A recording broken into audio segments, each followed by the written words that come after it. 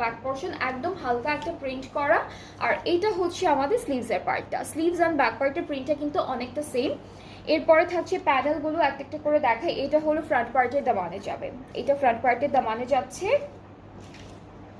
এরপরে হলো এই প্যানেলটা ওরা নেকে দিয়েছে, এরপর নেকে দেওয়ার পর হলো আপনারা স্লিভসে অ্যাড করতে পারবেন, দামানে অ্যাড করতে পারবেন, যেখানে আপনাদের সুন্দর লাগবে সেখানে সেখানে অ্যাড করতে পারবেন। এইটা হলো, এটাও দামানে দিয়েছে, এটাও দামানে দিয়েছে, এটা প্যান্টে দিয়েছে, এই প্যানেলটা হলো প্যান্টে দিয়েছে।